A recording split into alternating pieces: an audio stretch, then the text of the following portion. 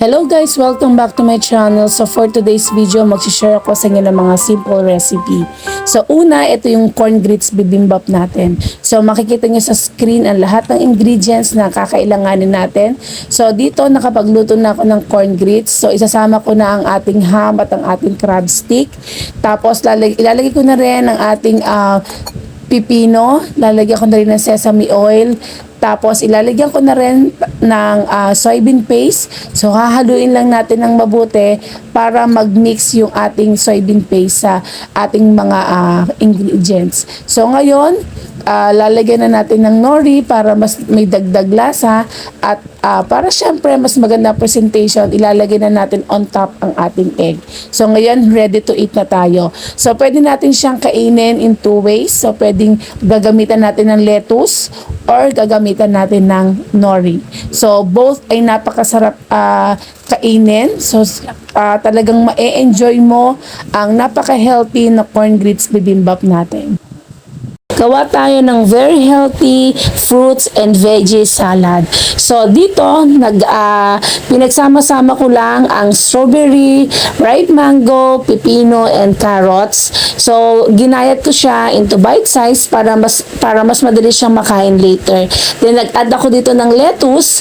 So minix ko lang siya ng mabuti para lalong maging yummylicious. So nagdagdag ako dito ng sesame oil at ng honey. So napakasarap niya, very healthy. So must try ito. So ito na yung pinaka ginawa kong dinner at so napakagaan niya sa aking tiyan. So naglagay pa ako ng ripe mango on top. Thank you!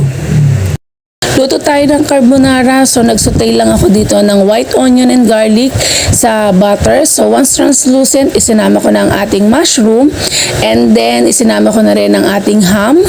So ginisa ko lang sila. Then nagdagdag ako dyan ng pepper and salt to taste. Then gumamit tayo ng Del Monte Carbonara style na sauce. Plus nagdagdag ako dyan ng ibap kasi marami tayong pasta na napakuluan.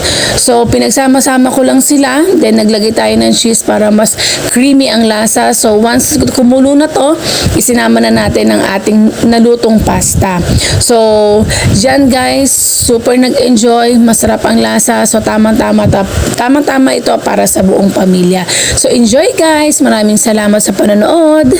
Ito ang isa sa favorite ko sa mga Korean dishes, ang japchae. So first time kong sumubok gumawa ng version ko.